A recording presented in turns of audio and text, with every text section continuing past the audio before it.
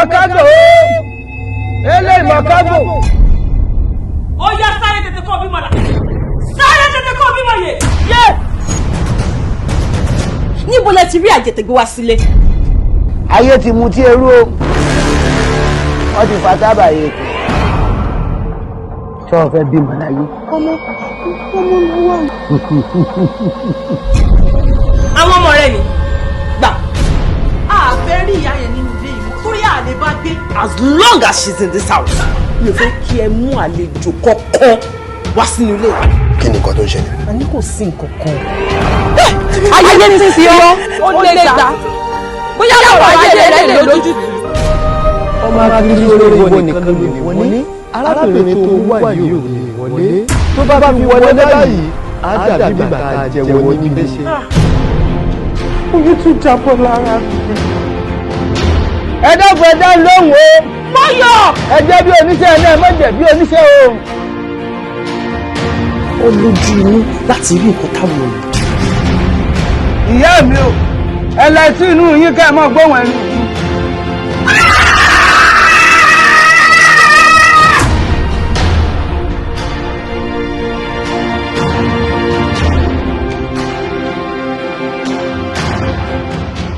Praise the Lord. Jí. Olúwa fẹ́ lò yín nínú àjàrà ẹ̀. Olúwa fẹ́ lò yín nínú ọgbà ẹ̀ gangan. Àwọn DSU, àwọn Tèkù, àwọn Sunday, àwọn yẹn ni disciple mi o. Ọlọ́run àtẹ̀lé mi báwọn Pọ́ọ̀lù ṣe ń tẹ̀lé Jésù. Ṣé o gbàgbé pé ṣe fọkàn bí ló fọkàn bí? Dádì mo gbàgbọ́. Ká làwọn àgbààgbà náà tí wọ́n kọ ẹ̀. Àwọn àgbààgbà kan ni wọ́n kọ́ mi ìyẹn lóbi. Ẹ̀mí Ọlọ́run ló darí. Àǹtí Ṣọlá wá sí ṣọ́ọ̀ṣì wa lẹ́ẹ̀kan péré. Àmì sí Ọlọ́run dẹ̀ balẹ̀ wọn lórí. Tó wá tàṣìkò kan àwọn abẹ̀ sí ń fi kan lọ́ra wa o. Kí ni Júbà nìkan fẹ́ dá ṣe? Ṣóun nìkan lè dá ṣe ni? Kí ló rí gan? Kí ni Júbà rí? Ọlọ́run ò ní ṣe yín ní adọ́run mọ́ òtítọ́ o.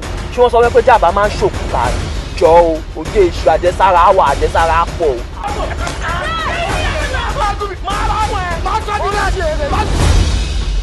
Mọ̀júnà Skoda gbọ́n pátá ẹ̀ tó ti gan tó wà nílé tó bá ta òun mẹ́ta máa mẹ́kì ni. Pátá ìjà ìwò ló ń wá kiri. Orí pátá ń jí mi rí ni.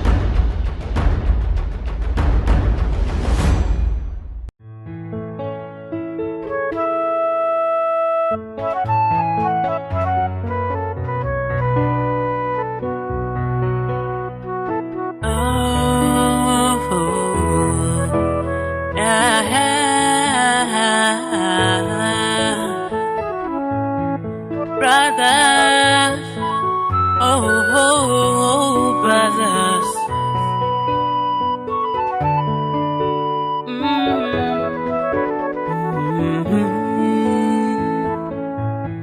Da da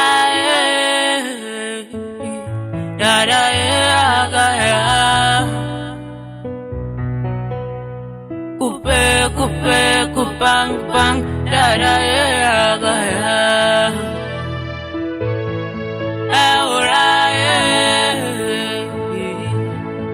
ọmọ ìyá òǹgbẹ́ǹgbẹ́ mi kò lè fún mi lómi mu ọmọ ìyá kí láǹfààní orógbó tapa kò láwẹ́ àtúnfẹsẹ̀nu okòrò. Get out of my house. Wọ́n ti sọ fún ẹ pé kò má wọ compound mi wá mọ́. Náà kò tọ́ ọ pé kò wọ living room mi. Now get out of my house.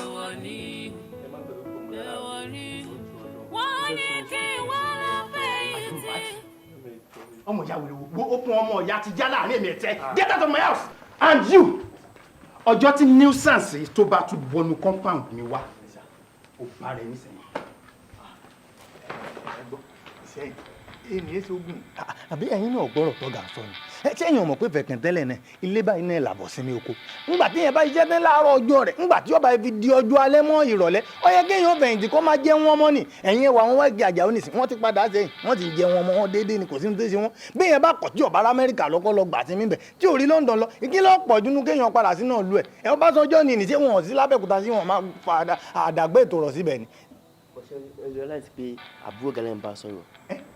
ṣé ẹ ní public kan ní bọ̀dẹ̀ ti yẹ̀yẹ́ ẹ nísìn tọ́jára wo ẹni gbangba nù ọwọ́ sọ nísìn nílé bọ̀dẹ̀ wèrè wà lérí ẹ̀ ṣé bọ̀bọ̀ ó jẹ́ bọ̀dẹ̀ ni ọ̀ akọmọdé tì rẹ̀. ṣé mo kí mi gan tí mo lè ju ọ̀gá mo jẹ́ sí i. wèrè wà lérí èmi sẹ̀ mọ́ ni o.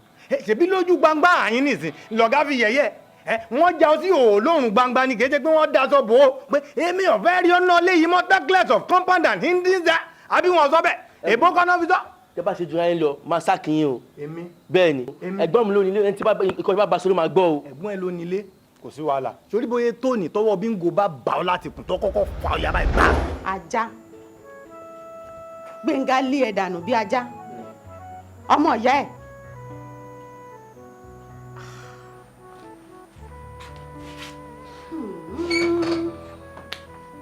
kí ló wá ń ṣe ọmọdé yìí báyìí níbo ló ti rí tiẹ̀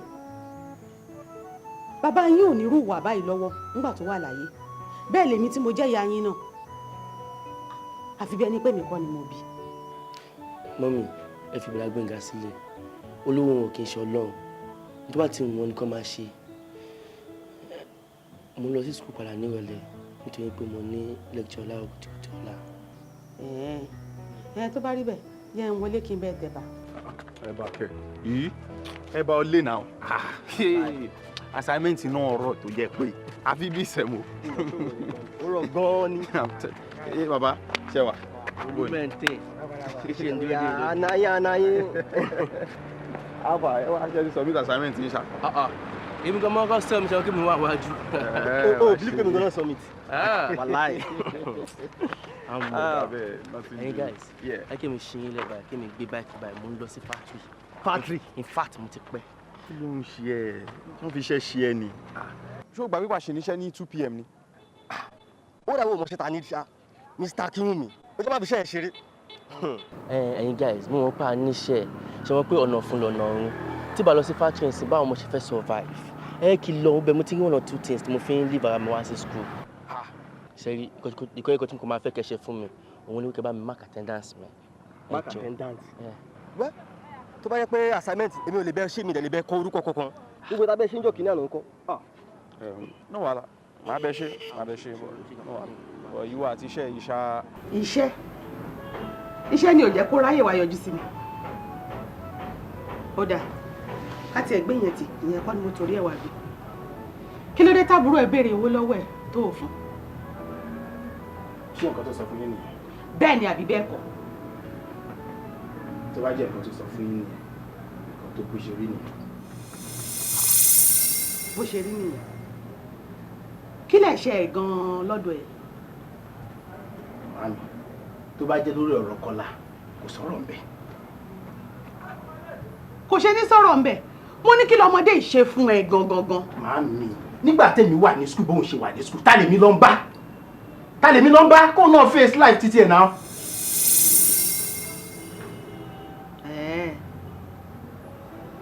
kò burú tó bá wá jẹ́ bó ṣe rí nìyẹn sórí láti òní lọ tó bá tún rí ẹsẹ̀ mi ní inú ilé ẹ̀ àbí lọ́fíìsì ẹ̀ kó o gé. mami mi ò léyìn lọ́fíìsì mi ò tẹ̀lé yín nílé mi ò ní iṣu pẹ̀lú yín mami èmi àti Kọ́lá lájọ ní iṣu. irú iṣu wo ló wà láàrin wọn àtàbúrò ẹ̀ tó fi kọ̀ pé òun ò ní sọ school fees láì ṣe pé kò ní ó tún wá lé ọmọ yẹn dà síta. ẹ wo bàbá ọkọ mi ọ̀rọ̀ Gbénga ti sú mi o òótọ́ mo sọ fún yín ó ti sú mi pátápátá ìhùwàsí ẹ̀ ò tiẹ̀ yé mi rárá pẹ̀lú àbúrò ẹ̀. ẹ wo ẹ jẹ́ àfi ti ẹ̀yìn lẹ́sẹ̀gbẹ́ kan àbọ̀ abá ni ẹ rí wàhálà tó wà lọ́rùn mi lọ́wọ́lọ́wọ́ báyìí òun ni bí mo ṣe máa rí owó skul ọmọ ìsàn. èló ni owó yẹn gan. 75,000 náà pé. 75,000. bẹ́ẹ̀ni. all right ó yẹ kémi sì lè rí yẹn fún ẹ lápò ara mi. olówó orí mi ẹ ṣe sà. dédé jáde àkèdúkẹ́ rẹ dédé please sit down. ẹ ṣe sà. ìyá Gbénga ọkàn mi balẹ̀. má bínú sí Gbénga o àdúrà ni kó o máa ṣe fáwọn méjèèjì. mi ì dákẹ́ àdúrà mo ń gbà. èmi á bá Gbénga sọ̀rọ̀ màá lọ bá a fúnra mi torí tí mo bá ní kó wá rí mi nílé Gbénga lè sọ pé òun ò ráàyè. ayé ò ṣe ní sí nínú kò sáyè náà ló ti máa wáyé jáde kí ló ń ṣe ṣé a ti lọ gbogbo department ni. pátápátá tá a bá máa fi lọ lẹ̀ mọ́ àwọn department tó kù nǹkan tá à ń sọ yìí máa kúrò nílẹ̀ ṣé kò sí copies lọ́wọ́ tiẹ̀ mọ́ ni. Mo ní copies ṣùgbọ́n kò ju bí 5 copies lọ. 5 copies ó ti tó jẹ́ ká lọ lé ká lọ mú ká lọ lẹ̀ mọ́ àwọn other department ó tán. 5 copies. kí ẹ sọ pé kò yí sà. tó bá di bí 30 ìṣẹ́jú màá máa lọ. ẹ wo sà ẹ bá sì má ti lọ ṣẹ́ni gbogbo bẹ́ẹ̀ ti dúró tì mí látàárọ̀ tá à ń fọ̀rọ̀ jomi tọrọ ọ̀rọ̀ tá à ń tara sí ni. mo wà over Wembley sọ mo Wembley kan iná mi dùn. ìwọ àtàwọn òyìnbó ẹ alright ngbà mi màá tún wá. Yes sir. I have something very important to attend to. ǹjọ́ wo sà. mo ní ibì kan láti lọ ní 30 ìṣẹ́jú. èyí lẹ́ ń sọ tí èébú ẹ̀gùn lẹ́lẹ́lẹ́ bẹ́ẹ̀ ni èmi ọmọ sá ó dàbí pé ohun ọkọ̀ ọ̀gá ni ń gbọ́ ni o. ẹ wo ẹ jẹ́ ń lọ wò ó bóyá àwọn. ẹ ṣe sùúrù ẹ ṣe sùúrù. inú mi ò bá dọ̀ bó bá já wọn ni o. ẹ sà àwọn ni o. ok ó dà ń gbà yẹn. Bang bang da da ya ga ya. Ora ọmọ ìyá òǹgbẹ́ngbẹ́ mi kò lè fún mi lómi mu ọmọ ìyá. Kí láǹfààní orógbó ta papọ̀ láwẹ̀.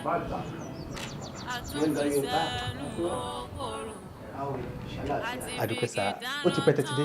ó ti ṣe díẹ̀ Kàsálí gan-an la jọ ń sọ̀rọ̀ if not mo bá ti máa lọ.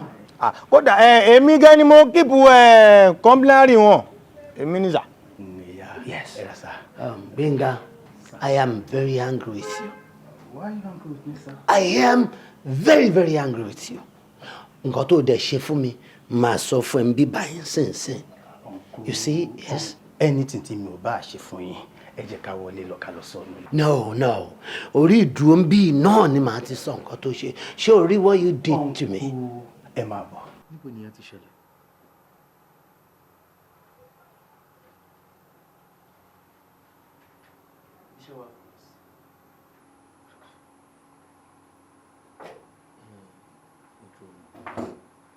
ṣé wèrè làwọn ọmọ ọ̀tá yìí ṣé àwọn ò ní làákàyè kankan ni èèyàn á ṣiṣẹ́ bí ẹni máa kú àwọn adẹ́dì wọn láwọn fẹ́ gbowó wọn ò tiẹ̀ fẹ́ mọ bí èèyàn ṣe ṣiṣẹ́ sí wọn fẹ́ mọ nǹkan tí èèyàn go through ìjọba wa dẹ̀kẹ̀rẹ̀ wọn ò rí nǹkan kan ṣe sí ìjà ìṣẹ́jọ́ wọn mi ì rí wọn báwí. ẹ̀gbọ́n ẹ̀ tó níṣẹ́ tó wà òkè tí everything dá fún tí kò dé lè fẹ́ lọ́wọ́ sókè òun ni mo rí báwí. ṣùgbọ́n ẹ̀gbọ́n mi yẹn fọwọ́ ẹ̀gbọ́n mi lẹ̀ ìgbà tó fọ́ akẹ́kọ̀ọ́ tó ní òun kọ́ òun lè help mi yẹ kó máa lọ náà máa ṣiṣẹ́ náà gas work máa mọ̀ survive. Survive? Yes. Though fún mi ní stress but at the end of the day èmi ni contract yẹn padà já mọ́ lọ́wọ́. Glory be to God. Kí ló tó look dọ̀? Oh, àìpẹ́ yìí ni mọ́mí ẹ̀ kúrò nínú ilé yìí. Mọ́mí wá síbí báyìí. Wọ́n sọ ìyáláyé ọ̀rọ̀ sí mi. Mi ò tí ì rí ọ̀rọ̀ burúkú tó wà níláyé tí mọ́mí ò sọ tán sí mi. Wọ́n sọ pé ká ni mí. Wọ́n sọ wípé ológun ni mí. Wọ́n sọ pé èmi ni mo ṣògùn sí ẹ pé kó má fẹ́ rí àbúrò ẹ̀ àtàwọn ẹbí sójú. Bímbọ́ má bínú. Okay? Má dá mọ́mí lóhùn títí ẹ̀. Mo ti gbọ́ àmọ́ mo fẹ́ kí wọn náà change. Mo fẹ́ kó fa àbúrò ẹ̀ bọ̀dá Kọ́lá mọ́ra. Má jẹ́ káyé sọ mí lẹ́nu because ìsọlẹ́nu lélẹ́yìí.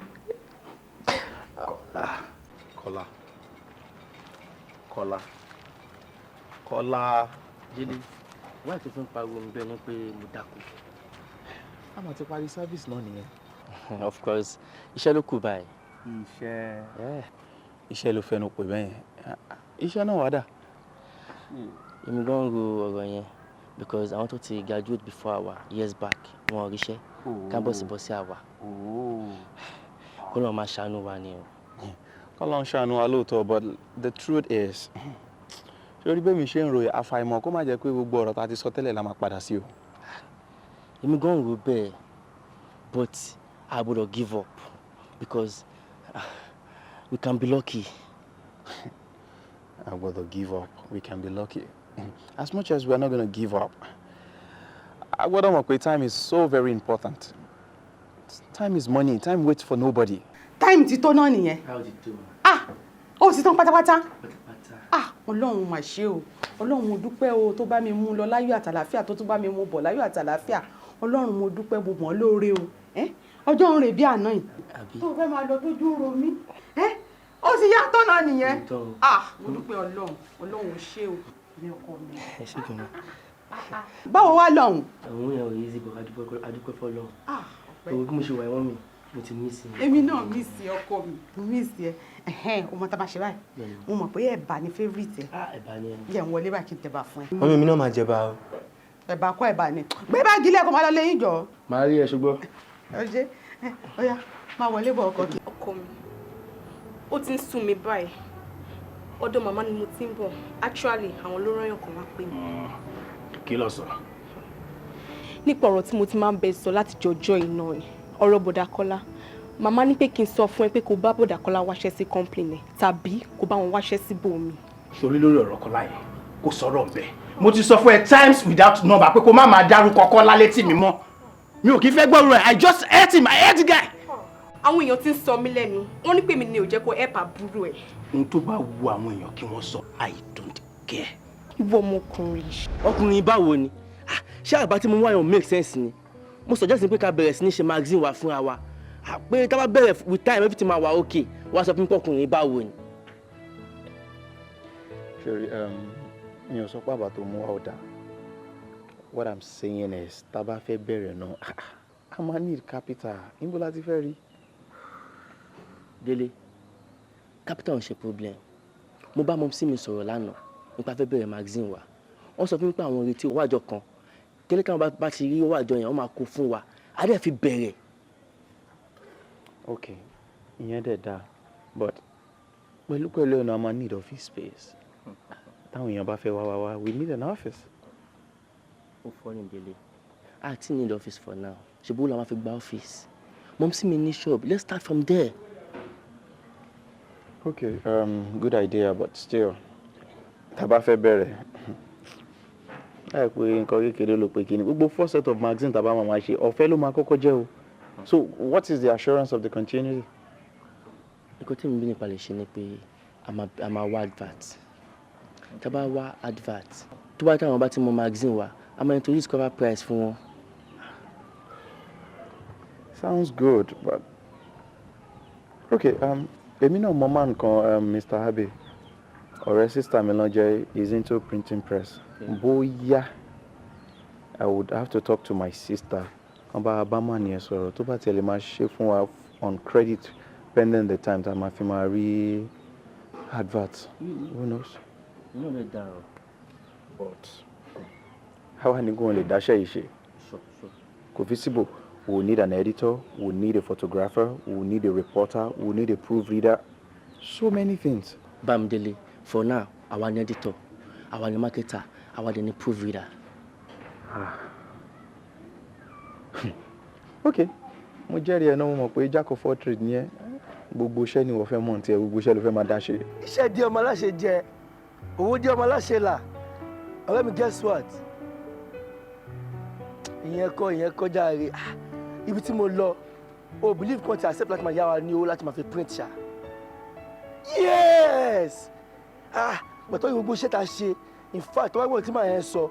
Ọlákọ́lẹ́ ní ká wá sá, èní ilẹ̀ pé. Inú ọlá ni mo pè.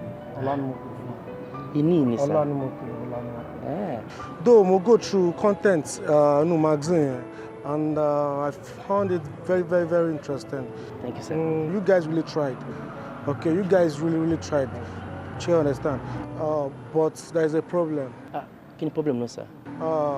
Magazine bó ṣe wà yẹn kò tí lórúkọ.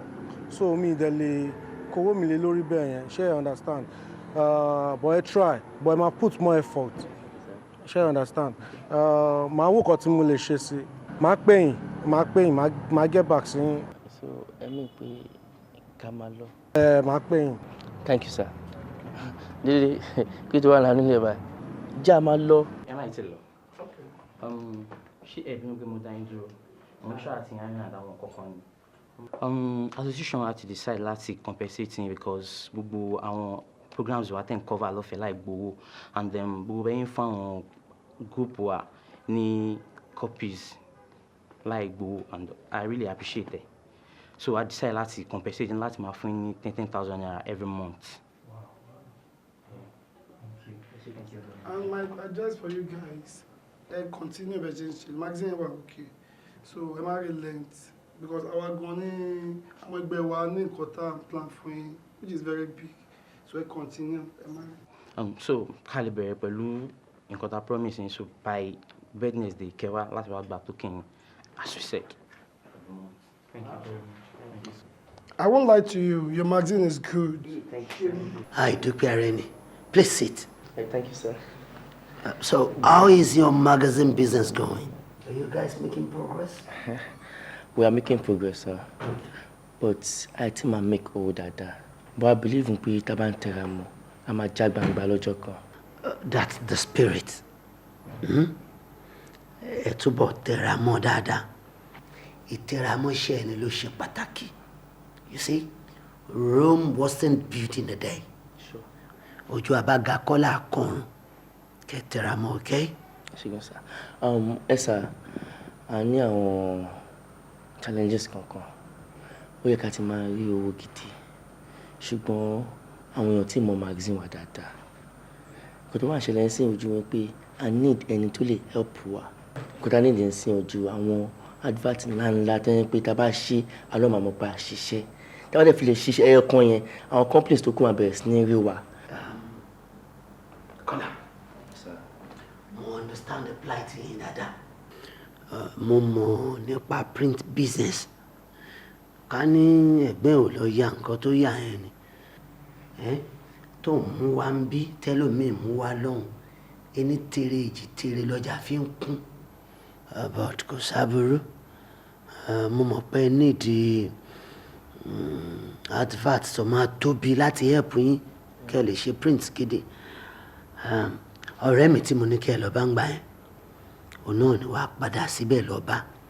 Wàá sọ fún pé mo ní látọ̀dọ̀ mi. Ṣorí tí náà bá tán láṣọ ẹ jẹ́ kí tán lè kàn náà. Òun ní àwọn connection àwọn èèyàn tó lè fún yín ní adverts. Ìyẹn á dẹ̀ máa help iṣẹ́ yín. Tó bá ti ṣe yẹn, I am very sure pé kò ní ṣe problem. Problem gangan ni pé àwọn parents wọn ò sanwó. Èló gangan ni ó pé page yẹn. Ó wà nínú advert. Má jẹ́ ń purọ́ fún mi ìwò rárá, wọn kò drop ẹ̀ surface ni. Ó ti wà obvious pé 60,000 ní coloured, 50 ní black and white. Ó ní 60,000 yẹn gangan la máa mú, coloured yẹn òun la máa lò. Oh, great. Tó bá ti di ọ̀la, wọ́n bá mi ní 12 ní school. All right, sir. All right, okay. See you tomorrow. Tomorrow, okay. Ọlá ti pẹ́ jù, madam. Ẹ ṣe ká ṣe kó tá fẹ́ ṣe lẹ́ẹ̀kan náà. Tá bá ṣe tá fẹ́ ṣe lẹ́ẹ̀kan náà, ẹ náà máa rí pé improvement máa dé bá company yín bí báyìí. Oríṣiríṣi calls náà máa gbà pé afẹ́ràn kan bá afẹ́ṣin kan bá afẹ́ṣin kan bá. Ẹ̀yin olè máa fi fóònù lé wa pé ẹ jọ̀ọ́ ẹ bá wa polówó ọjà wa sí. Owó yẹn náà ni. Kásọ̀ wá sí ibi bá advertise 3 editions nǹkan. Èyí lè máa gbà. Madam, I'm offering 10% discount on each slot tẹ́ bá ṣe lọ́dọ̀ wa. Ẹnu yín dùn. Tó bá di by this time lọ́la kí wá gbowó yẹn. Thanks so much. You're welcome. Ìgbà lè máa cover àwọn pictures yẹn kọ́. First thing tomorrow morning, no matter how guys, I'm gonna check in out. Excuse me. Friendship me. Hello. Ikujọ́ mẹ́ta. Ó ti bímọ. Congratulations. Máa jẹ́ kó yé yín sìn. Àwọn association ṣiṣẹ́ láti ṣe collective subscription fún magazine and 60,000 naira ní cover price yín. As from next edition, àwọn ẹgbẹ́ wa ti ṣe meeting àwọn máa ra 4,500 copies lọ́wọ́ yín fún àwọn ọmọ ẹgbẹ́ wa ní branches àtàwọn zones wa káàkiri. Thank you very much. Thank you so much. Thank you. Káwọn pé mo ṣe ń propose àyìn lọ sọ́dọ̀ àwọn ESCO tí wọ́n bá approve ẹ̀ kò sí nǹkan tó ń fẹ́ ṣe. Nǹkan kan máa ṣe fún wa sí ni pé máa ń láti mú company account yín wá sọ máa lè ṣe transfer fún yín. Ṣé nǹkan tó ń sọ yẹ òye yín? Ẹ fún wa di end of the week. This week. I don't even think that is going to be possible. But Dele, ṣó mọ̀ pé management yẹn sọ fún wa pé tá bá fẹ́ ṣe CAC ó máa cost wa for 50,000. That is the problem. Nǹkan tí ò lè possible nìyẹn because I don't know ìwé láti very 50,000.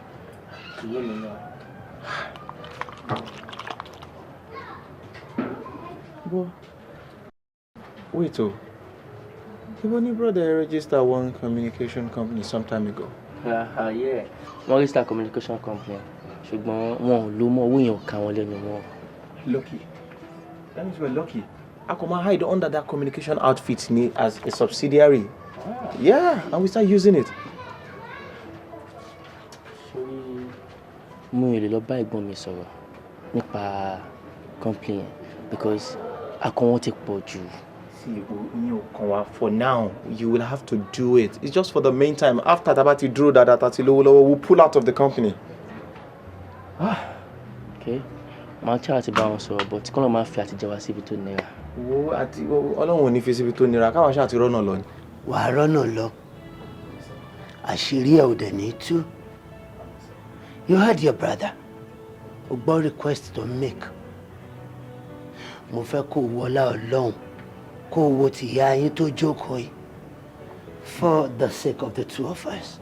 Kó jọ kó bá mi ṣe fún. Olórí ni ẹ o. Ò ní dèrò ẹ̀yìn. Àmín sir.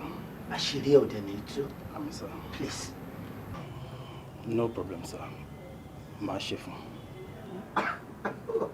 Oh, beautiful. Okay. Sorry. Oh, ní dẹ́ni lẹ́lẹ̀. As you have listened to the two of us, to the Shifenu way, the lady Shifenu Tiano. Okay. I'm sorry. Tó bá ti di ní ọ̀sán ọ̀la, wá bá mi lọ́fíìsì. Ẹ ṣé gan-an mi. Ó ṣe mo dúpẹ́ o. Ọmọ agbọ́rọ̀ sí wọn náà lẹ́nu. Ó ṣe. You heard your brother. Ṣùgbọ́n tó sọ. Mo ti gbọ́ sir. Okay. Sir, and more promising for everything my wife intact, sir. Okay, that's fine. Like I said earlier, I believe everybody understand no strategy staff family no complain. Yes, sir. Mo dẹ̀ fẹ́ ká bẹ̀rẹ̀ immediate implementation lórí àwọn strategy staff family in the area of editorial, publishing and marketing. Tabari anybody nínú yín tó bá ní difficulty in any area should come to me. I want to see the deputy managing director in person of Dele Alao. Is that clear?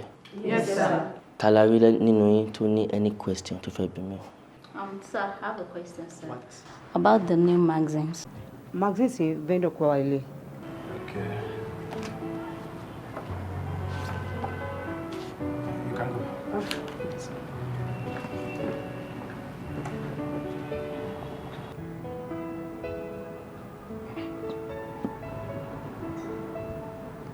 Codex? Ẹni àbágbójú òkun ló jẹ́ ní àgbà. Ẹni afẹ́ làmọ̀ ò mẹ́rin tó fẹ́ rí. Tìmùtìmù kẹ́kìdá sínú kò séèyàn mọ́. Jídé. Sir? Yellow! Níbo? Abuja, of course.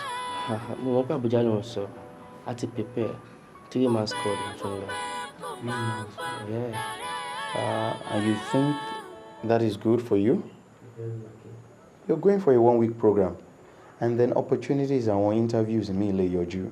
I'm thinking you should take another reporter so that the workload won't be too much on you. Actually, I'm okay with the 3. You sure? Very sure. Okay, that's not a problem. Sir, ma ko lo me lo bi wa láàárọ̀ test mi. Well, so for guys, security and policy, who might get anybody will leave for now.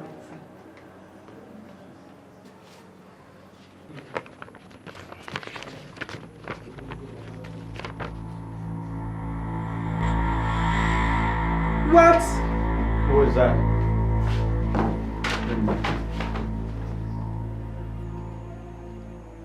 Ṣé kò ń ṣe pé gbọ́n ẹ̀yà wèrè? Àwèrè, wọ́n ti ya wèrè ni. Court summon. Ó fẹ́ gba company mọ́ wa lọ́wọ́. Just like that. This is not gonna work. Kò lè possible. Kò ní easy. Wàhálà máa ṣẹlẹ̀. Wàhálà máa ṣẹlẹ̀ gidigidi ni o. Láyé máa ti ìjà máa so. wàhálà tó bá máa ṣẹlẹ̀ tọ́jú ẹ̀ dílé ẹjọ́ tá a bá dílé ẹjọ́ wàhálà tó bá fẹ́ bá mi fà wàá máa bá mi fà mẹ́ngbà yìí. Gbẹ̀ngà ò fẹ́ gbé àbúrò ẹ lọ sílé ẹjọ́ lẹ́yìn tó yàn jẹ. What kind of a person are you? ṣé wọ́n ti gbọ́ rí pé a kì í ti kóòtù dé ṣọ̀rẹ́ ni. Olúwàgbémiga ó tiẹ̀ dẹ̀ wojú mi ṣàánú mi má ṣe bẹ́ẹ̀. Mami, nǹkan tí mo máa ṣe òun ni mo ti sọ yẹn kí everybody pàdé nílé ẹjọ́. Will you keep quiet? Will you shut up? Níwájú àwọn ta ló ti ń lé fìrù kọ̀kọ̀ gan náà. You are so full of yourself. Ó máa bàjẹ́ Gbẹ́ngà níwájú èmi àti ìyá ẹ̀ ló ti ń lérí fìrù kọ̀kọ̀. Ọmọ àlè ni ẹ. Bẹ́ẹ̀ ni ọmọ àlè ni ẹ. Kò dẹ̀ jọ mí lójú. Ó lé èèyàn kan tó jọ nù fámìlì wa báyìí. Ìwọ ṣáà rántí bàbá Bádé. Bàbá Bádé ló gírídì bíi tiẹ̀ yìí. Ó ta gbogbo fámìlì ẹbí tán. Ó dẹ̀ ṣì dúró lórí ipò òǹtà náà. Ọmọ, you are just like Bàbá Bádé. You're so greedy. Sorry, èsì tó ń gbé inú ẹ yẹn kò gbà mí 5 minutes láti gbàjáde nínú ẹ. Tó bá fi máa tẹ́lẹ̀ Ọlọ́run ní first half jọ. Ìwọ má ṣe bẹ́ẹ̀. Ìwọ má ṣe bẹ́ẹ̀. He's a brother. Ìwọ ti fẹ́ dákun tó wà nílẹ̀ yìí. O fẹ́ jẹ ẹ̀ṣẹ́ àbí? O mọwọ́ lé dáadáa. Ọlọ́run tó ń jẹ́ rèé. O mẹ̀ṣẹ́ jà dáadáa. Tó bá sí mọ́mọ́ àti dáàdì. Ẹ̀ṣẹ́ yẹn wàá jà dáadáa ní ẹjọ́. Máa sí àwọn ilé ìwé máa sí ẹ̀ máa ti nà ẹ́ kú. òǹgbẹ́ngbẹ́ mi kò lè fún mi lómi mu ọmọ ìyá. Ọmọ ẹ fi wálẹ̀ sórí ìdúró lọ. Kí láǹfààní orógbó ta papọ̀ láwẹ̀. Ìwọ ṣe sùúrù. Ó ti tẹ́ o. Àtúnfi sẹ́nu o. Tẹ́gẹ̀ fún wọn lè tẹ̀ ẹ̀yin méjèèjì ní kẹ́ wá ṣọ́ra kẹ́ má bàa tẹ̀. Lọ́nà wo? Ṣé mọ̀ pé àti mọ́ra nísìnyí ó tó jẹ́ mẹ́ta? Therefore, àtúngbọ̀dọ̀ tún máa tanra wa mọ́. Ṣé rí issue tó wà nílẹ̀ yìí is a lost case because your brother has all the necessary documents tí iléeṣẹ́ yẹn even nínú àwọn copies tí ẹ̀yin gangan kó fún mi. It is stated clearly that Goddess communication ló ní the splash. On paper, ẹ̀yin kọ́ lẹ ní Goddess communication. Ẹ̀gbọ́n Kọ́lá ló ní. But as a lawyer, tèmi jẹ́, and I understand this situation better. Mi ò wá fẹ́ ká tún waste time ara wa mọ́ lórí issue tó wà nílẹ̀ yìí. What is the way forward? Kí ni nǹkan tá lè ṣe pàtó? Yes.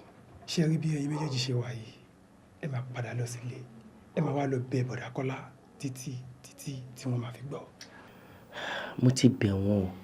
Kódà mo dọ̀bálẹ̀ kò sí ohun tí mo ṣe. Wọ́n fà kékeré náà ò gbà. Mo ti bá wọn jà.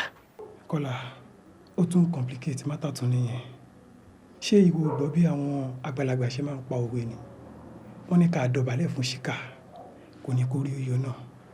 Lóòótọ́ gẹ́gẹ́ bí ẹlẹ́ran ara torí kò sẹ́ni tí ó kẹ́ máa ṣe tí ò ní bínú. Àmọ́ ìwọ náà ó máa fi ṣòsùn ó máa fi para nìyàn. Lóòótọ́ ẹ̀gbọ́n yín ti hùwà ọ̀dàlẹ̀ kò tẹ̀ tún ṣe ìwà ọ̀dàlẹ̀ nìkan ó tún hùwà ìkà. Irú wọn ni wọ́n máa ń pè ní afẹ́ ajẹ́ máa fẹ́ ayọ̀ tó ń fúnni ní oko ìdí ọ̀pẹ̀rọ̀. Ṣé rí kí mi máa pawọ́ tán yìí? You need to go back and beg him. Beg? Beg yourself, don't beg me. Oh, torí pé mo ti lo glasses ẹ̀ ń wò mí bí English. Màá fi yé yín pé mi ò kí ń ṣe English.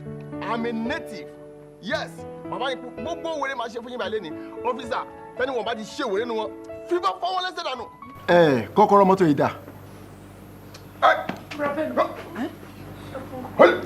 Where is the key to the car? I will shoot you now. You think I'm joking with you? Rubbish. What of the other one? Ká ọ̀gá ni sá. You are very stupid. Give me the key. Ó ti lọ́wọ́ mi owó ẹni tó wà lélẹ̀. Ṣé àtọ̀ ṣe ń báyìí? Wọ́n ń dìyàn bì. Anima, the criminals. Now, tọ́gà yín bá ti dé ẹ jíṣẹ́ fún kó wá bá lọ́fíìsì. Let's go. March them out. Move.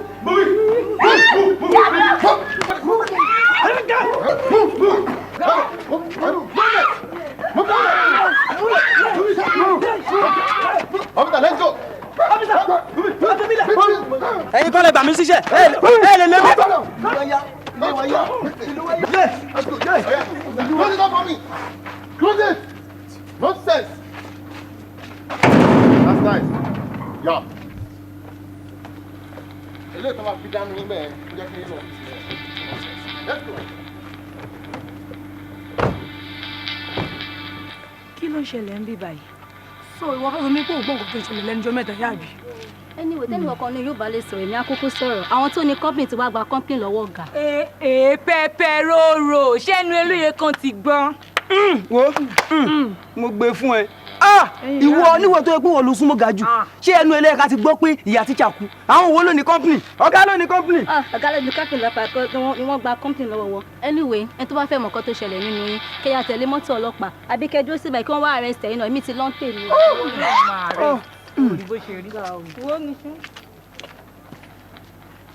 Gbẹ̀ngà lẹ́yìn kò bí iṣẹ́ yín.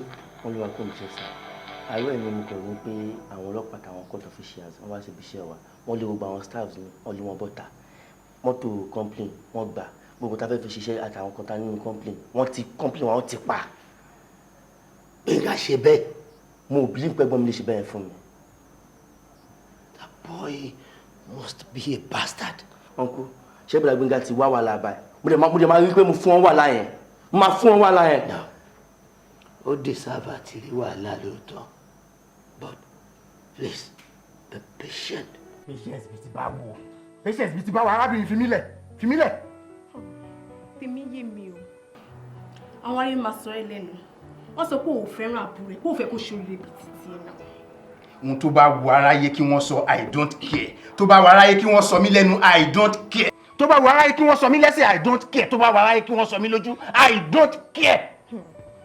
But you know sometimes you need to care about what people say about you. No matter what, o ní láti gba iléeṣẹ́ lọ́wọ́ àbúrò ẹ̀.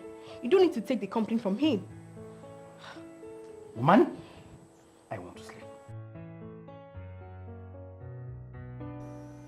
So mi ò lè advise ẹ. Advice wèrè wo. Ó sì wá ní kí gbàgbé. Gbàgbé advice òsì kan kí ló ń bá mi sọ. Gbogbo nǹkan tá a ti labour fún, ó kàn máa go down the drain just like that. Ó sú èmi náà mo mọ̀ tí mo lè ṣe. Kí ló sú ẹ? Kò jẹ́ kó sú ẹ. Tí kò bá ti pé mo ibi tó ṣẹ̀ sí ni, ó jẹ́ kí ní káwọn aya assassin kọ́ pàbọ̀ dé ìdànù. Àbí kí ni kí babaláwo pè pa? Òṣìwò ọ̀rọ̀ ló ń bá mi sọ, ó mọ̀ pé ẹni tó bá gbóúnjẹ lẹ́nu yóò fẹ́ pààyàn ni. Irú èèyàn bẹ́ẹ̀ téèyàn bá kọ́kọ́ pa kò léèwọ̀. Bọ̀délé kò yẹ kó lọ tó extend yẹn kó fẹ́ pẹ̀gbọ́n mi. Àjẹ́ ń pa. Pípa bí báwo? Orí mi ẹlẹ́dàá mi ò mà ní jẹ́ kí n rírú ẹ̀. Mi mà ní fojú sunkún ọmọ. Àmín. So irú èèyàn báyẹn ní Délé. Mami, kò kí n ṣe èèyàn bẹ́ẹ̀. Ara ló ta ni. Ẹja dúpẹ́ tó sọ tinú ẹ̀ jáde. Táyé pé àwọn burúkú yẹn náà á ti mọ́jọ́ èèyàn lọ sílé babaláwo. Ẹja dúpẹ́ tó yẹ sọ̀rọ̀ yẹn kò yẹ kó mí nẹ. Àbá burúkú ló mú wá yẹn o. N tó sọ yẹn ò dára rárá. Wo mo fẹ́ rí o. Mo fẹ́ rí. Mọ́mì for now ẹ lè rí ó ti travel. Ó travel. Mo travel ni. Hey, that's fine. A ṣe ṣetán ní sáfíìsì yẹn. Nǹkan ní kí n wo bí ìlú òyìnbó ṣe rí. Ṣáàṣì dọ́kúmẹ̀tì mo gbàbẹ̀ lọ sí Malaysia mo wá gbà wá sí South Africa. In fact South Africa gan ni mo gbà dé bíbá ni mo fi ní kí n lọ́ọ̀jì sí ibà. No, actually èmi náà wá sí hòtẹ́ẹ̀lì yìí mo wá wòyàn sálẹ̀ ni but ọ́n ẹni yẹn wà ní òkè if not for ọpẹ́ ẹni yẹn wà lókè possibility máa tẹ̀ka má ríra. Ó ga ọ. BJ of Pasco BJ big boy ọ̀dọ́ kí wàá ló wá ń ṣe é sìn. BJ long story ni. Ìwọ náà gbàtà wà ní súnmọ́ pé òun ṣe dọ́là náà ó ná pọ̀lọ́ condition tí mo rí ẹ yìí mi wà happy rárá. Kí ló ṣe ilẹ̀ gangan sọ fún mi. Ṣé rí bí mo ṣe wà yẹn mo ní stable work ẹni iṣẹ́ tí mo rí ni mo ń ṣe. In fact ẹni tí mo wá sí ìgbà ẹ̀kọ́ ni mo ṣe fẹ́ ríṣẹ́ ní hòtẹ́ẹ̀lì mo ṣe wà mo ṣe tó lè. Condition worst tó yẹn. Oh my worst. That reminds me ẹgbẹ́ ń kọ́. Ẹgbẹ́ mi tó béèrè yẹn gangan ló sọ mí di condition tí mo wà. Ẹ̀gbọ́n ẹ̀. Ṣé condition tí mo wà yìí bàdá fi serve tán èmi àti Délé àjọ fọwọ́sowọ́pọ̀ a dá communication company kan sílẹ̀. Ṣé communication company yẹn òun ló wá generate owó fún wa. At the long run ni ẹ̀gbọ́n mi wá ó dẹ̀ gba company yẹn lọ́wọ́ wa. Gbogbo properties tí màá ti Délé ní ẹ̀gbọ́n mi gbà láti bẹ̀ lọ́nu ti di ẹni tó yẹn pé tí bá rí lè mo ṣe. Really? Àdúrà yẹn ló ṣe fún ẹ tó àfìgbà tẹ́gbọ́n ẹ parẹ́ tó parẹ́ pó báyìí. Àbí ò tí pa? Ó fọ́ ni kí pẹ̀gbọ́n mi. Ó pa? Kò sí ẹni tó lè bá mi dánrú ẹ̀ wò lórí ilẹ̀ ayé yìí kò lè mọ́sẹ̀ yẹn jẹ. Máa pa máa pàyàwó ẹ̀ máa pa ọmọ ẹ̀ ẹni tó jọ ń gbé ọmọdún ẹ̀ máa pa. Ó lè jù bẹ́ẹ̀ lọ ó ti pẹ́ sáyé báyìí. Tí bá pa kò dá nǹkan fún mi so ẹ̀gbọ́n mi ni ọmọ ìyá mi ni fà fọ́lọ́. Ìwọ náà dẹ̀ ń ṣèyàn bẹ́ẹ̀ o ìgbà táwọn sáfíìsì wọn náà máa ń help mi. So máa travel. Ó fọ́ ní kejì èmi tí mo ní tí mo ṣe ń jẹ oníkì travel kò possible na I don't have money. O tún ti bẹ̀rẹ̀ èmi tí mo béèrè pé ṣo máa travel ó mọ ibi tí mo ń lọ ni ṣo máa travel. Mo lè travel. O ní international passport. Mo ní. O ní tó bá ti ní international passport gbogbo nǹkan tó bá wà ń di ẹ̀ èmi á sẹ́wọ̀n so kò sí wàhálà máa fi ẹ́ sọ kò sí kan náà àwọn ọ̀rẹ́ mi South Africa. Ó mì pé o máa send mi lọ sí South Africa. O lè ṣú ọ̀kan tó ń sọ yìí. O tún doubt mi ni. Inú mi dùn gan kò ní bàjẹ́ fún ẹ o ṣe gan bá ṣe ń lè bá a máa dún á dá fún ẹ. Àmín. Lágbára lọ́wọ́ Ọlọ́run ojú rere àti àánú Ọlọ́run kò ní fóun náà sílẹ̀ àṣírí tiẹ̀ náà wà ní tú. Àmín. Lágbára Ọlọ́run òun náà máa rà àánú. Àmín Jésù. Gbogbo ibi tó bá ń dé báyìí ayọ̀ ló máa jẹ tiẹ̀. Olúwa ṣe dúpẹ́ lọ́wọ́ Ọlọ́run. Kọ́lá ṣó wá rí ìtumọ̀ ọ̀rọ̀ tí mo máa ń bá ẹ sọ nísìn ṣó mọ̀ pé mo máa ń ṣàlàyé fún ẹ yìí pé sùúrù ní èrè tó pọ̀ rẹpẹtẹ téèyàn bá lè ṣe ṣó wá rí ibi tọ́lọ́run gbọ́rọ̀ ayé ẹ̀ gbà ní èmi dẹ̀ mọ̀ pé ó ti di ṣíṣe. Agbára Ọlọ́run. Ọlọ́run ṣe o. Ọ̀rẹ́ mi ti ń carry out àwọn necessary documents yẹn nítorí àti fi lè jáde òun bọ̀ wá fún mi ní àwọn documents yẹn kí lè make processing tí mo ṣe fẹ́ lọ. A ṣe ṣe lágbára Ọlọ́run á gbọ́wọ́ ẹ̀ ṣàṣe. Ohun tó wá kàn báyìí nísìn ni pé o máa nílò láti dọ́dọ̀ Big Daddy. Máa lọ sọ́dọ̀ Big Daddy ní ọ̀sán.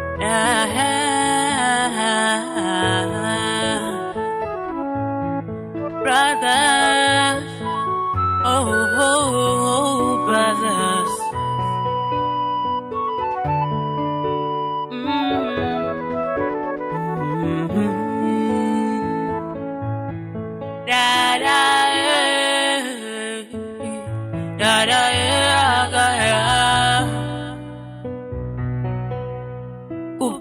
Coupe, kupang, pang, da da ya ga ya.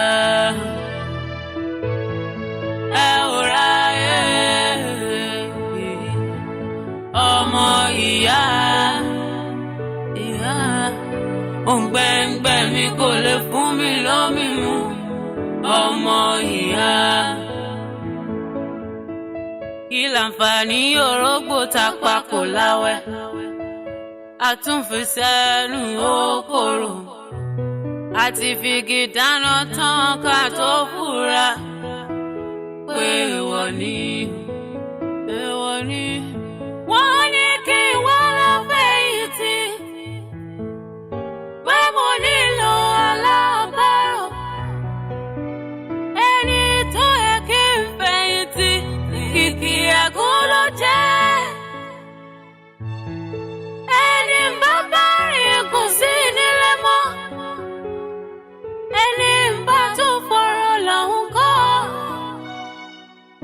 mo ti fọ̀rọ̀ lọ́kàn kí n tó. No, pé kó wà lọ bẹ́ẹ̀ náà. You know, tempe mo jẹ́ àtúndé náà. No, mo ti wọ̀ yọrọ. Go! Penalty báwo? No, kì í ṣe bẹ́ẹ̀ sí náà. Àjọ ń pè mí náà. Penalty báwo? Yọrọ. My scholar ọ̀wọ̀ wẹ̀ mi. Play, lóyá náà. Ló máa pass.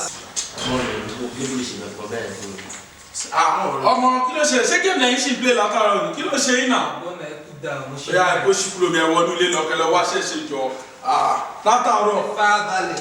Àwọn ọ̀gá ẹni sí ìpìdó oko. Ṣé àwọn tó sọ ọkọ máa ṣe àwọn ìṣẹ́? Ọ̀gbọ́n ìjẹ́ náà fọ́n sẹ́jọ ẹ̀ka ní ilé ìwé ti ṣiṣẹ́. Wọ́n ló dé pàtìlẹ̀ fúnṣẹ́. Àwọn ọ̀rẹ́ ti ṣe bílẹ̀ mi. Kí ló ṣẹlẹ̀ náà? Bílẹ̀ mi máa gbọ́ síwájú ọtí. Alfa níta. Ìwà wa láwa ó kí ojú jàre. Kọ́lá Dèjì Ṣẹ́gun rè. Àwọn ọ̀rẹ́ mi ta jọ ń gbé nì. Oh, Kọ́lá right. Kọ́lá rẹ̀ Big J láti Nàìjíríà. Àṣírí welcome to South Africa. Báwo jọ dẹ̀ ni? Mo lérò pé máa ń ṣayé tí wàá jẹ ṣayé gan máa blend yìí, àwọn máa ń ṣayé gan. Àwọn blend ẹ̀ wọ́n máa jọ ilẹ̀, wọ́n máa change oil ẹ̀, wọ́n á tún fi ìfilẹ̀ lọ́wọ́ àwọn Hausa mójú. Ẹ̀ ń jẹ sáré ṣáwà jàre. Onídẹ̀ lẹ́yìn ojú ìwẹ̀ ló nẹ́sẹ̀sù èmi fẹ́ rest tó fi bẹ̀rẹ̀ ayé o yá. Kò ní sí ìṣòro kankan ṣó gbọ́. Gbogbo bó bá ṣe ń lọ, ìwọ jọ̀ọ́ má jẹ́ kí etí mi di tó máa fi tó mi létí. Ọmọ ọmọ mi yẹ kẹ́ jẹ́rìí mi, kò sí nǹkan tó máa ṣẹlẹ̀ tí mi ní jẹ́ kẹ́ gbọ́. Kọ́lá pè mí lánàá. Bẹ́ẹ̀ ni mo hòpó ń pè wọ́n náà. Ó bẹ̀ mí náà sọ̀rọ̀ lánàá. Ó lálàáfíà ló ń wá. A máa gbúrò ayọ̀. Àbúrò ní sọmọ fún ẹ. Okay, just be good, huh? Good. My name is Mr. Dulal Khan. I'm the managing director of Jonic Electronics Netherlands. Some month ago, your company Splash Communication paid the sum of $3.5 million as part payment for the broadcasting equipment. If you recall, your agreement was that once equipment are ready to be shipping to Nigeria, our company will pay the outstanding sum of $1.5 million. I'm happy to inform you that the equipment are ready to be shipping next available ship to Nigeria. We can also arrange the bank account into which you will pay the money and other payment procedure. It's pleasure doing business with you. I trust you. Thank you, sir. And secondly, sir, mo ti confirm email yẹn, sir. Àti previous $3.5 million tí àwọn Godex communication share. That means we are good to go. Yes, sir. But, sir. Kitune. Mi ò bá ní ká take little time wá, sir, before ká tó go into huge payment, sir. Ìwọ ò ṣe fi little time sílẹ̀. Oh, trust me, mo. Mo ti ṣe necessary findings mi. Okay? Sir. Sir, èyí tí ń pọ̀ ju Kitune. Sir, I bet it gbàgbé pé the company is not buoyant right now, sir. Ìwọ ò ṣe fi yẹn sílẹ̀. Inú personal account mi ni mo ti fẹ́ transfer sí wọn. Má worry títẹ̀. Ṣùgbọ́n lóun kan ṣẹ̀ṣẹ̀ wọ personal account mi. Ó yẹ kó o mọ̀ pé tí mo bá ti ń gbọ̀n pẹ̀lú business báyìí, ó ní huge profit ni. Mr. Williams, ẹ káàsán. Ẹ káàsán ma. Kí ló dé? Ó ti fẹ́ kí n ṣe ilé ìwé ní kí n bá yín gbé nǹkan wá ni wa. Gbé wá fúta. Gbé sílẹ̀ o. Mi ò béèrè kankan lọ́wọ́ ẹ̀. Kí ni mo sọ fún ẹ pé yẹ ń jẹ mí pé kó o mú wá fún mi? Mo mi ṣe sùúrù mà. Ṣé mo ti ṣẹ̀yìn ni mo mi jù ẹ má bínú mà. Wọ́n á bẹ̀ lẹ́bẹ̀ yà ìwọ aláìda èèyàn yìí. Ṣé ìyàwó ni ìwọ ìbáyìí? Mo ní ṣé ìyàwó ni ẹ? Wò ó bó ṣe ń ṣe gan-an ni kò máa ṣe má yíwọ́ ẹ̀ padà. Wàá padà jèrè iṣẹ́ ọwọ́ ẹ̀. Bẹ́ẹ̀ ni tó mú ẹ̀yìn àwọn ọmọ mi méjèèjì tó kọ́ síra wọn. O dẹ̀ fẹ́ kí èmi ṣàdúrà fún ẹ. O fẹ́ kí inú mi dùn sí ẹ. O ṣe ìyàwó gidi o. Òótọ́ ni mo sọ fún ẹ. Bó dẹ̀ ṣe ń ṣe yẹn má yíwọ́ ẹ̀ padà. Wàá padà jèrè iṣẹ́ ọwọ́ ẹ̀. Mọ́mì, Ọlọ́run rí inú mi. Ẹlẹ́dàá yín tó mi. Ojoojúmọ́ ni mo máa ń bá Gbénga sọ pé kó ń fa àbúrò ẹ̀ bọ̀dà Kọ́lá mọ́ra. Gbénga ò gbọ́ ni ẹ ṣàmọ̀ pé Gbénga lágídí. Mọ́mì, kí lè rè mí pé ti bá kọ́ ẹ̀yà ọmọ yín síra. Mi ò lè ṣe bẹ́ẹ̀, mi ò ṣerú ìyàwó bẹ́ẹ̀ mọ́ mi. Ó hàn bẹ́ẹ̀. Ó hàn pé lóòótọ́ ló ń bọ́kọ ẹ̀ sọ̀rọ̀. Òun náà ló ṣe gbọ́ tí èmi ìyá ẹ̀ ń sọ fún. Ó ti dà bẹ́ẹ̀ wo ṣàkẹ́rù ẹ̀ kó máa lọ. Gbẹ́gbẹ́ mi ẹgbẹ́ má bẹ̀ mí. Dídí jáde má fi kọ́ kúlẹ̀ fún mi. Bọ́tà ló lé mi. Mo lè jáde nu lé mi. Wọ́n ti sán lóòótọ́. Ọmọ pàdé mi máa pè é létà nìyẹn o. Ọmọ wọn ti sanwó mi, wọ́n kú ọjà. Ọmọ ẹni guys. What's it now? What is it? Omo, that is that around, don't click. Omo, the money don't be inside account now as I did talk. Really? Guys, this go for celebration. What cause for celebration? Ilé òkè for celebration rárá.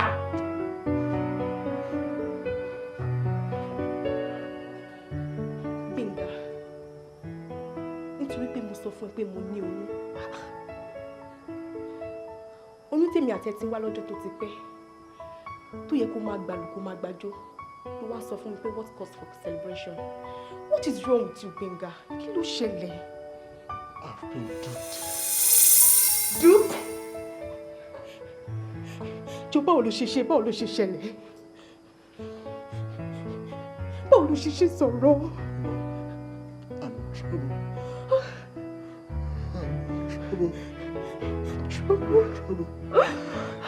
Trouble. I need to leave this house as soon as possible. Báwo lẹ́nu lọ bí tẹ̀ ń lọ náà? Mo kàn ń jójó Eric àti àwọn guys kan dé mi. Ọmọ ó yẹ kí n náà tẹ̀lé ìbọn. Èmi àti Ṣọlá fẹ́ débì kan, mo ò dẹ̀ mọ táìmù tẹ̀ máa dé. Ẹni àgbà, ènìyàn fẹ́ lọ́mọ ò mẹ́rin tó fẹ́ rí.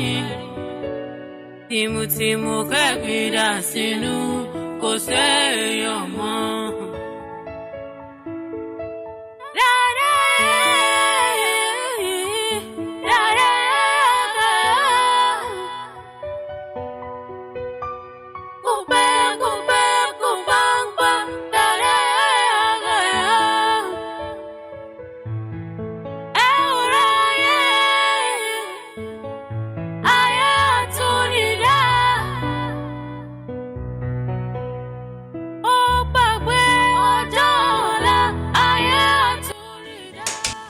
Hello? Hello? Alpha officer. Yes. Where is he? Yeah, he's on his way now. Okay. What is he wearing? Yeah, just a black guy wearing a red jacket. Red top. Yeah, red top. Okay, no, it's fine. We'll take him now. We'll take him. Yeah, sure. Perfect. Did you have fun? I don't know if my share perfect. I'm actually on a killing to be party.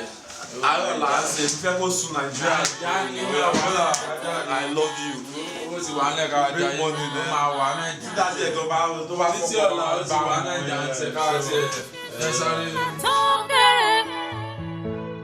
Ẹni ò ṣe náà máa lérè. Kò sóhun tẹ́dá gbìn láyé. Tẹ́dá ò ní ká.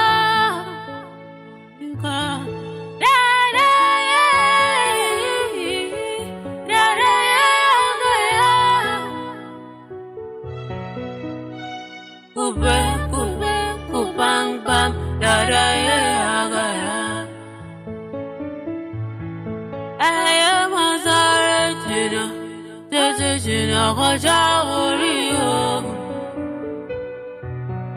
ẹlẹ́dà tó dá wa ti mọ̀ dá máa dá.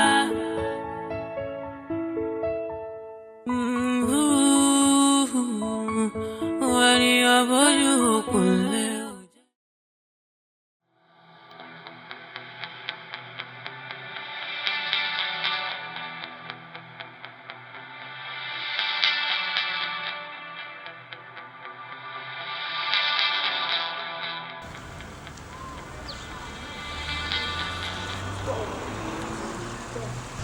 Hey, come here.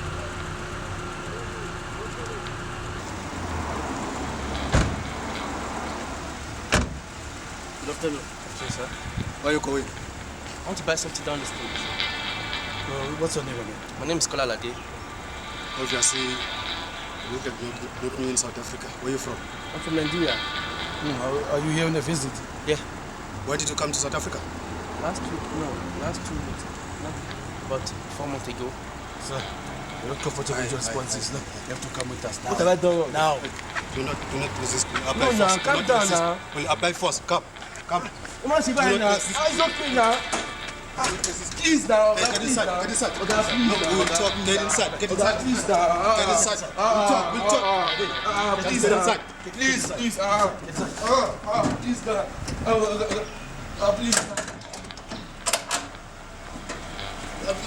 Please now. A máa gbà fọ́lọ́run ni o. Kò sí nǹkan tá a fẹ́ ṣe sí. Mo mọ̀ wípé kò sí nǹkan tó dé bẹ́ẹ̀ dání ayé tí Ọlọ́run mọ̀ sí. Àdúrà ló kù wá kù.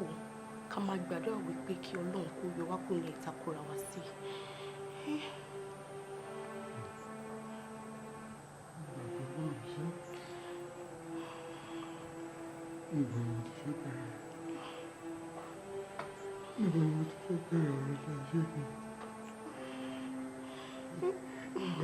Ìgbà wo làwọn fún wa ìgbà yìí ṣèṣe títí tí lè ṣe tó jù náà?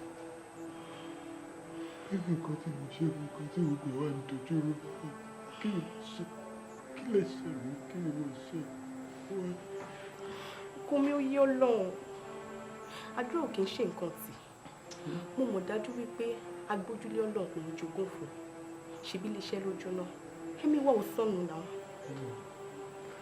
èmi náà sọnù lóòótọ́ báńkì ní bàbá mọ̀ nílẹ̀ báńkì ní ìgbà tó bá sọ pé ó pààyàn sí ilé ẹni tó kúkú pa mí sọ̀rọ̀ kò mú mi sọ́dọ̀ ẹni tó kú sọ́dọ̀ ọkọ mi ṣebí iléeṣẹ́ wa ló jóná èmi wà ò sọnù ọkọ mi. ọ̀rọ̀ ìrònú màkọ́lélẹ̀ tó wà nílẹ̀ yìí ọ̀rọ̀ ọpẹ́ dídùn mà ní ó yẹ ká máa dúpẹ́ lọ́wọ́ Ọlọ́run ọba ni o àbí nínú ọ̀rọ̀ tó sọ kalẹ̀ fún mi báyìí ó jẹ́ kó yé mi pé àwọn tí wọ́n jọ deport ní kúrò ní South Africa wípé most of them ṣì wà lọ́wọ́ àwọn immigration tí wọ́n detain wọn síbẹ̀ ṣé bí wọlé mi ń wò life and direct tó délé láyọ̀ àtàlàfíà yìí tó bá wà láàrin àwọn tí wọ́n detain sọ̀hún kí ló fẹ́ kí n máa ṣe wò jẹ́ àdúpẹ́ ni o mo dúpẹ́ pé mo rí ẹ láyọ̀ àtàlàfíà o. Mami, ọkọ Alábí ńkọ́? Ó wà, àlàáfíà ń bí ìgbà tí wà náà wà dáadáa. Bọ́dá mi Gbénga ńkọ́? Bọ́dá ẹ̀ Gbénga wà. Ó kàn jẹ́ pé lọ́wọ́lọ́wọ́ báyìí ó kó gbèsè ní Gbénga ń ro. Àná lòun náà sì sunkún wá síbí báyìí. Ó tẹ̀ yẹ kí n ti pè é gan. Ó yẹ kí n pè é. Ìwọ̀n pàbọ̀ náà. Hello? Ẹ máa ní láti ní sùúrù fún mi ni o. You know I'm not like that. Ẹ jọ̀ọ́ torí Ọlọ́run ẹ ṣe sùúrù fún mi. Gbogbo ọgbọ́n tẹ́ bá lè dá sí ẹ jọ̀ọ́ torí Ọlọ́run ẹ bá mi dá sí kẹ́kàn fi fún mi ní time díẹ̀. Ó ti dé stage yẹn. Mr. Bádéjọ ẹ má tí ì jẹ́ kó dé stage yẹn. Tó bá ti dé stage yẹn gbogbo nǹkan ti dàrú ni. Gbogbo ọ̀nà gbogbo ọgbọ́n tẹ́ bá lè bá mi dá torí Ọlọ́run ẹ má jẹ́ kí property mi lọ torí Ọlọ́run. Kò sí nǹkan tẹ́ lè ṣe.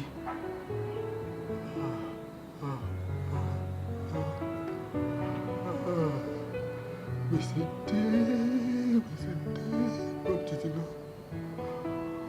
Gbogbo nǹkan mi ti lọ, gbèsè dé, Gbénga. Gbénga. Dojúrú, òun ló jẹ́ kí n tọ̀ yín wá o bàbá. Ẹ ṣáà wo ìyá wa. Ṣé rí bẹ́ẹ̀ ṣe ń wò mí? Òpó ni mí.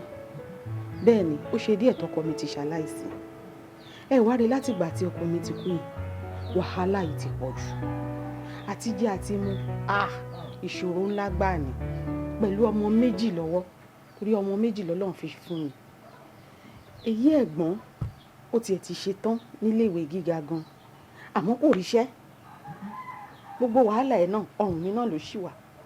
Èyí àbúrò ó múra àti ṣe ìdánwò oníwèé 10 àti rówó WAEC ẹ̀san gan ọ̀ràn ní báyìí o.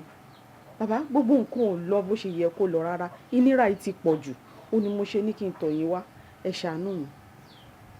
Kò burú ìyá wa, tí ẹrù bá ti kan òkè tó kan ilẹ̀ ó níbi ká gbé sí. Àwọn tí fáwọn olóǹkà yọ náà mọ́ táwọn mi làwọn ò ní ìjà àròkọ. Mélòó rú wọn tá a ti ṣètò ọ̀sẹ́ pàwòrì tọrọ wọn dayọ̀. Ẹ mú nǹkan kan bóde kẹ́ ẹ bá fánígbó lóhùn. Èmi náà ti múra ìdáná.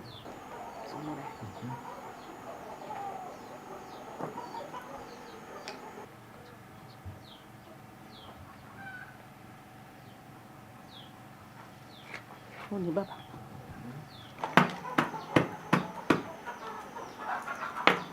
Ọmọ amúlépo nílẹ̀ mi ò jáde.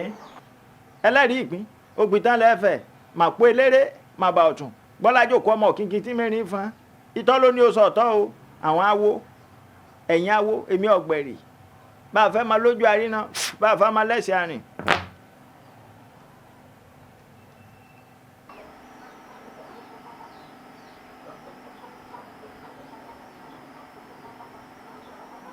Ìyá wa, Ifá ní kí n ṣe yín pẹ̀lẹ́. Ifá ní ẹ kú ọ̀rọ̀ ọmọ o. Ifá ní èyí ẹ̀gbọ́n àkọ́kọ́ yìí nǹkan sì lé ní o, yóò padà wá sóríire pé ó gbórí owó gbórí ọlà ó gbórí òkìkí wálé ayé, àmọ́ kan wá bẹ́ẹ̀ bíbẹ̀. Ifá ní kò ní àánú yín lójú. àánú yín ò ní í ṣe tó bá lówó ìtàn o bẹ́ẹ̀ ni èyí àbúrò ẹ̀wẹ̀ Ifá tún tọ́ka sí wípé ohun ò borí owó wálé ayé kò sì gbé tọ́la pẹ̀lú ṣùgbọ́n yóò láàánú yín lójú.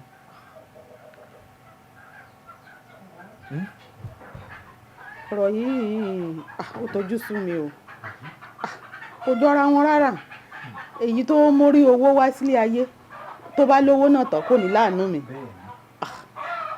èyí tí ò wá mórí owó wá tí ò ní lówó rárá òun yẹn ló wá láàánú mi.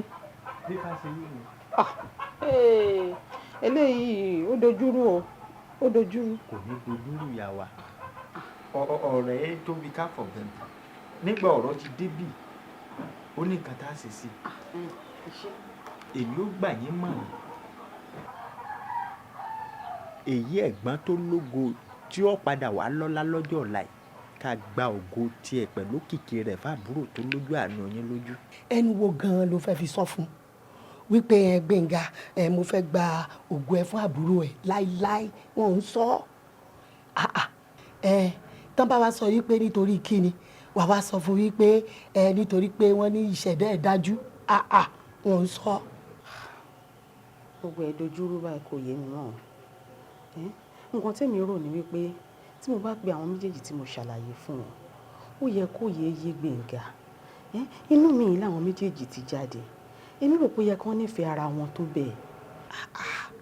ìwọ náà mọ̀ yìí pé ẹlẹ́ran ara làwọn ọmọdé yìí tó bá gbọ́ kò ní gbà nígbà tí ìṣe wípé wọ́n ní wọ́n máa ẹnìkan máa kú nínú wọn ṣé bí ká yá àwọn méjèèjì náà kó lè dáa ni nǹkan tó kàn máa sọ fún àbúrò ní wípé kó tọ́jú ẹ̀gbọ́n ẹ̀ dáadáa kó gbọ́dọ̀ fi nǹkan kan báyìí kó jẹ́ ń yà ó dẹ̀ gbọ́dọ̀ gbọ́ ìjà wọn níwọ̀n ìgbà tó bá ti ń tọ́jú ẹ̀ kó sí wàhálà ká fi ọ̀tún wẹwọ́ ká fòsì wẹ́ kọ́wọ́ ṣáà ti mọ́ ni wo tó bá ti dọ̀la tó yà lọ sílé babaláwo yẹn kó lọ sọ fún wípé kó ṣe é awo mọ̀ sínú lélẹ̀ wà á dẹ̀ sẹ́nu fẹ́mú gbogbo adẹ̀ máa lọ ní mẹ̀lọmẹ̀lọ ká ní kò ń ṣe pé èmi fẹ́ lọ bìkan ni èmi ìbá bẹ́ẹ̀ lọ ṣùgbọ́n mi ráyè. mo lọ ń lọ. èmi fẹ́ jáde mo fẹ́ ṣe fàájì. fàájì ara mi lọ́wọ́ torí mi ọmọ Yorùbá àti kú lè wọ́n mi ọ̀pọ̀ lórí yẹn ṣe sọ dr lamdo ó ní bàyí tó yí ó sáyé ló fi ló bí ayé bá bèdè ìfẹ́ owó gbalé ayé kan bàbá fọmọ rẹ̀ ṣòwò ìfẹ́ owó gbalé ayé kan ọmọ ìyá méjì lólódì ara ayé mi sáyé ló fi ló dàrí kókó lò ẹgbẹ́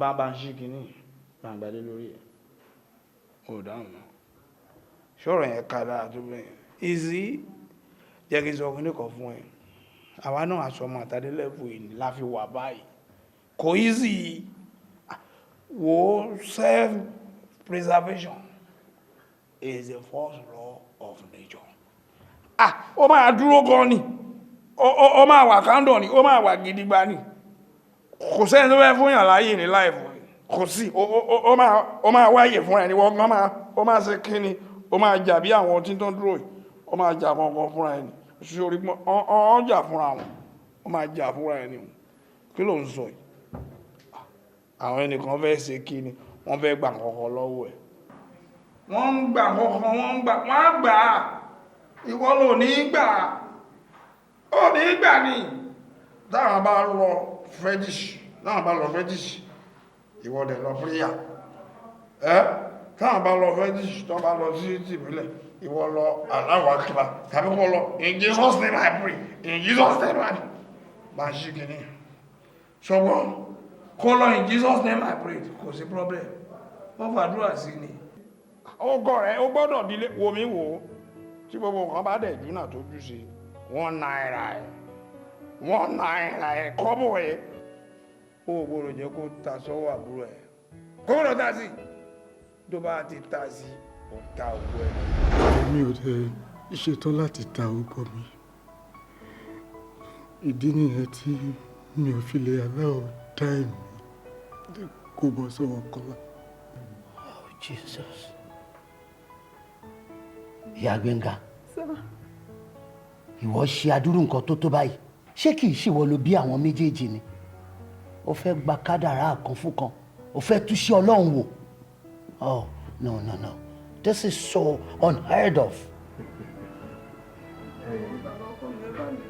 ẹ̀bẹ̀ kí la fẹ́ bẹ̀ ó ń so irun wájú pọ̀ mọ́ tìpàkọ́ nìyẹn àbí bàbá ẹ̀ gbọ́ yẹn. ẹ dákun adéríra. ó sì dojú tì mí la ilaha illallah muhammadu rasulullah sallallahu alayhi wa sallam. alàgbà sẹ́ẹ̀rí pé ọlọ́run bá ó fi ara rẹ̀ hàn kò sẹ́ni tí ọlọ́run bá mi ò jù lọ. ṣebí wo ló bí àwọn ọmọ méjèèjì ó sì fẹ́ gbé kádàrá kan ó fẹ́ gbé fún kan. kádàrá tẹ́lẹ̀dá ti parí. tọ́jú tó ti parí tí ò sẹ́ni tó lè yẹ̀wò tí ò sẹ́ni tó lè yí padà. ọlọ́run á fi ara rẹ̀ hàn ìwọ mọ́mọ kan ó mú lọ ní babaláwo ọmọ kan wá gbéra ó sì mú àṣẹ ọlọ́run ọba ó mú ṣẹ ọgbà ìlànà ọlọ́run. ọmọ tí lásán gbà níyànjú. lásán ó gbà níyànjú ọlọ́run a sì ti ara rẹ̀ àfihàn ọlọ́run lógo wo yàtọ̀ sí ọmọ rẹ̀ ọ̀sẹ̀ ọlọ́run ọba gan àfikọ́lọ́ ọba mi ó dárí ẹ̀ṣẹ̀ rẹ̀ jì ọ́ tọrọ dáríjì ẹ̀ṣẹ̀ lọ́wọ́ ọmọ rẹ̀ kí wọ́n sì dáríjì ọ́. ẹ̀yin ọmọ ó sì gbọ́dọ̀ dé sí i. máa kúnlẹ̀ o ìwọ Gbénga even at that ìyá ẹni ni ìyá ẹni o má ti ara ìyá ẹ̀ṣẹ̀ lọ́hùn náà dọ̀bálẹ̀ fún màmá ẹ̀ kó má bínú. ìwọ náà súnmọ́ bẹ́ẹ̀ kí ìyá yín ṣàdúrà fáwọn méjèèjì papọ̀. àdúrà ni kò ṣe fún wa àdúrà máa gbà á. èmi náà ní kí n gbìyànjú ní àbí àpọ̀ ni mo ṣe agbára lọ ẹ̀yin méjèèjì ẹni mọ́nira o àti wọ ẹ̀gbọ́n àti wọ àbúrò ẹni tọrọ jẹ orí yín àkọkẹ́ mi ìdẹ̀ni wáyé tí láṣẹ ọlọ ẹ má bínú sí mi o ẹ má bínú sí mi. Adẹ́ẹ̀dá tó dẹ́dá ti mọ tá a máa dà. Ṣiṣẹ́ máa tó kéré ẹni ò ṣe náà máa lérè. Kò sóhun tẹ́dá gbìn láyé dẹ́dá ò ní ká.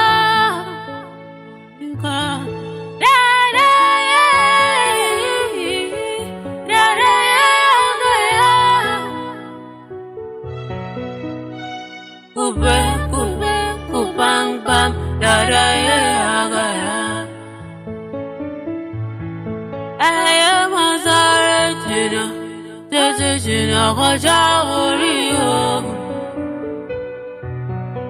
Ẹlẹ́dà tó dá wa ti mọ̀ tá a máa dà.